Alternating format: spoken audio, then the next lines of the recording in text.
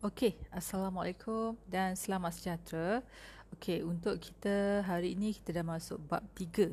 Okey, bab 1 dah tentang kedaulatan, bab 2 tentang perlembagaan dan bab 3 kita akan pergi spesifik tentang sistem pemerintahan negara kita iaitu raja berperlembagaan dan demokrasi berparlimen. Tapi kita akan pergi kepada raja berperlembagaan dulu. So, kita akan tengok 3.1 latar belakang sistem pemerintahan beraja dulu. Belum demokrasi berparlimen latar belakang sistem pemerintahan beraja. Okey. Seperti yang kita tahu, kita punya sistem pemerintahan adalah raja perlembagaan iaitu raja terikat dengan undang-undang. Yang mana kita ada 9 orang raja dekat Malaysia, sultan, yang mana kita ada ketua kepada sebuah sultan dipanggil Sultan Agong. Tapi sebelum ada berguna perkataan Agong, Agong itu muncul selepas kita merdeka. Tapi sebelum kita merdeka, kita akan tengok sejarah dia. Okey. So, kita akan bermula dengan pemerintahan beraja merupakan tradisi. Okey. Yang dikekalkan sehingga ke hari ini. Kenapa kita kata tradisi? Sebab kita dah tahu, awak pun dah tahu, yang mana sistem pemerintahan beraja kita berasal daripada sistem pemerintahan YES, Kesultanan Melayu Melaka. Okey. Jadi, yang penting sebelum kita tengok pada sejarah, kita kena tahu garis masa dulu. Yes, tak dalam buku teks awak. Okay. Tapi awak kena take note dia sendiri, yang mana awak kena tahu dia punya kronologi ataupun susunan peristiwa dia. Okay, yang pertama adalah sebelum kedatangan Barat. Bila kata sebelum kedatangan Barat, maksudnya adalah masa zaman Kesultanan Melayu Melaka. Okay, lepas tu sebelum Perang Dunia Kedua. Maksudnya Perang Dunia Kedua adalah tanda aras. Maksudnya sebelum Perang Dunia Kedua adalah zaman penjajahan British kali pertama. Ada 2 kali. Penjajahan British kita ada 2 kali. Tapi sebelum Perang Dunia Kedua, zaman penjajahan British. Semasa Perang Dunia Kedua, zaman pendudukan Jepun atau penjajahan Jepun. Selepas Perang Dunia Kedua, yang ni penjajahan British semula. Okey. Dan akhir sekali kita merdeka, iaitu sama ada kita semenanjung merdeka dulu, iaitu pada tahun 1957, kemudian baru masuk Sabah dan Sarawak, pembentukan Malaysia. Okey, ini garis masa dia. Kita akan tengok sejarah dia. Okey, jadi kita akan tengok sebelum kedatangan Barat, iaitu masa zaman Kesultanan Melaka. Okey, sambil tu awak boleh rujuk modul. Okey, rujuk modul, awak boleh take note kat tepi tu sebelum kedatangan Barat masa zaman Kesultanan Melaka.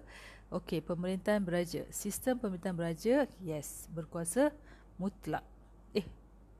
Astaghfirullahaladzim. Macam mana boleh salah ni? Salah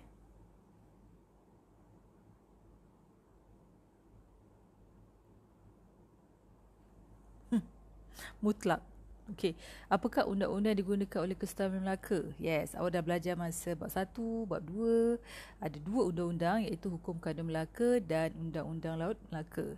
Okey, menggunakan konsep Islam, okey, untuk kukuhkan pemerintahan kesultanan dengan menjadikan raja sebagai ketua agama Islam. Okey, membuktikan bahawa semua Kesultanan Melayu mempunyai, maksudnya setiap negeri-negeri ni, negeri-negeri yang ada sultan-sultan ni mempunyai pertalian ataupun hubungan dengan Kesultanan Melayu Melaka, sama ada dari segi keturunan, naungan ataupun jajahan. Okey, ni awak dah belajar masa tingkatan 2 dah. Okey, so secara umumnya peranan utama raja, kita tahu kedudukan raja itu ketua kerajaan, penggubal undang-undang, bertanggungjawab mempertahankan adat dan orang Melayu, ketua pada agama Islam. Secara umum ni lah. Itu adalah peranan raja ataupun kedudukan sultan masa Kesultanan Melayu Melaka sebelum kedatangan Barat. Okey. Apa yang berlaku bila kedatangan Barat ataupun penjajahan British yang paling lama sekali, yang paling memberi kesan sekali, adalah kita akan tengok ada perubahan sedikit tentang kedudukan sultan. Okey. Tapi British tidak boleh menguasai sepenuhnya sistem pemerintahan dekat tanah Melayu kerana disebabkan sistem pemerintahan beraja ni. Okay, British susah untuk menguasai sistem pemerintahan secara keseluruhan kerana dihalang oleh sistem pemerintahan beraja. Okay, boleh highlight. Okay, sebab tu saya warnakan lain kan.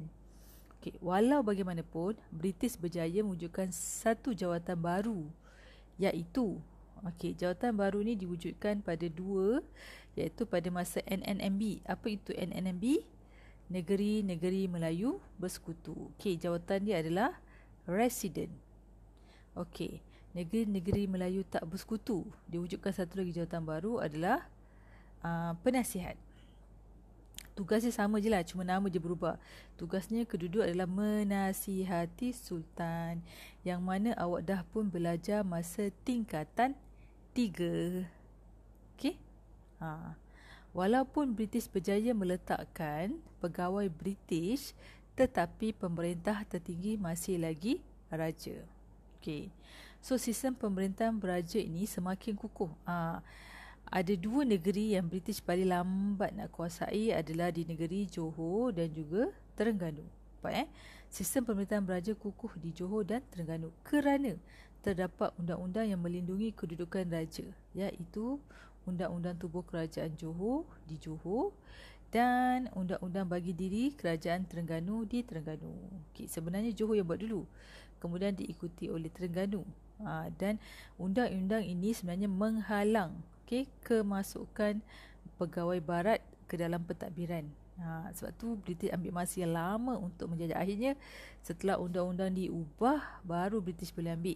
Ini pun awak dah belajar masa tingkatan 3.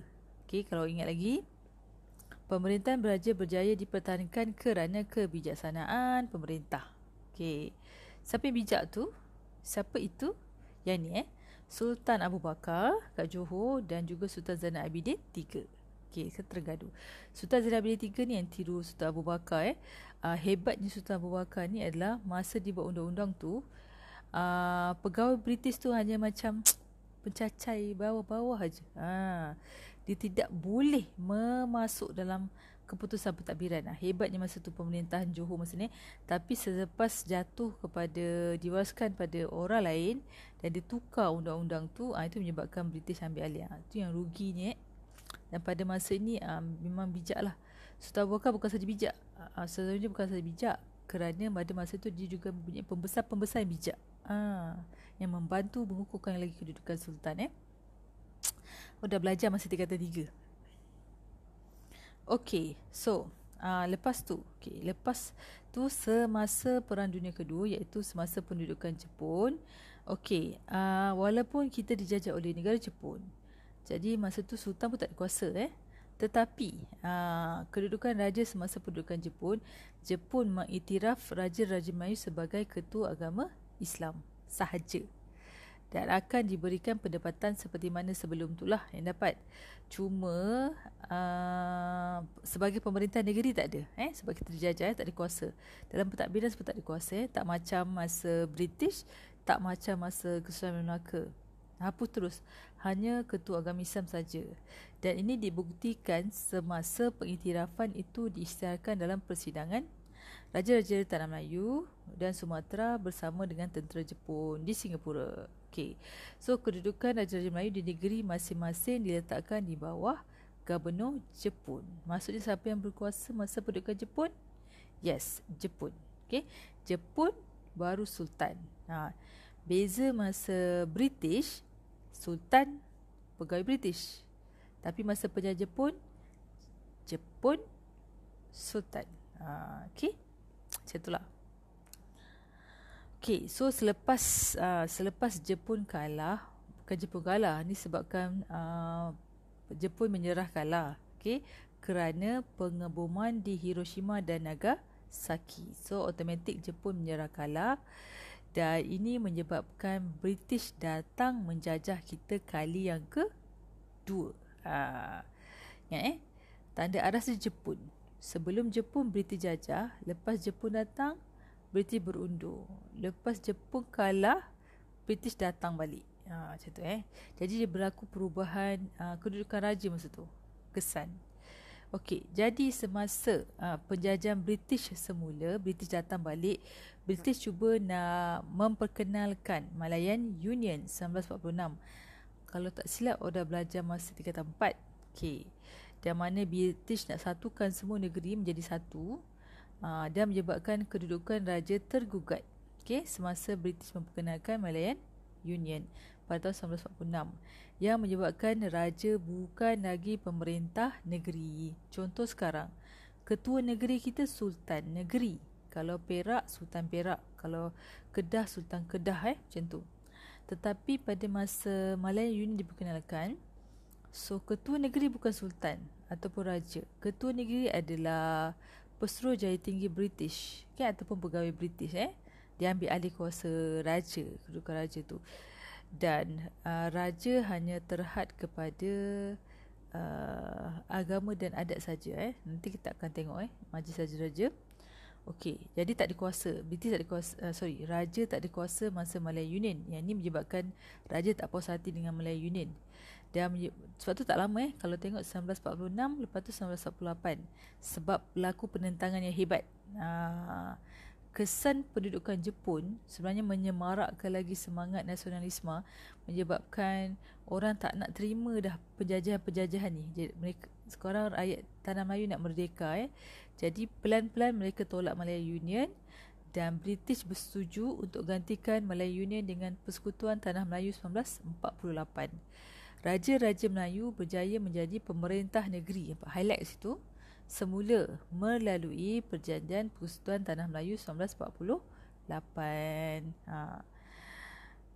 So katakanlah raja bersetuju dengan Malayan Union tu, maksudnya nama negara kita sekarang bukan Malaysia dah, nama negara kita Malayan Union. Okey, tapi kita dah berjaya gantikan dengan Persekutuan Tanah Melayu. So nama negara kita pada masa itu adalah Persekutuan Tanah Melayu. Okey, gabungkan semua negeri kecuali Singapura. Dan undang-undang tubuh yang digubal oleh Raja-Raja Melayu bagi negeri masing-masing digunakan sehingga ke hari ini. So setiap negeri ada undang-undang dia sendirilah. Okey, jadi lepas tu kita berjaya menuntut kemerdekaan. Okey, alamak, tu sebenarnya selepas merdeka. Selepas merdeka sebenarnya.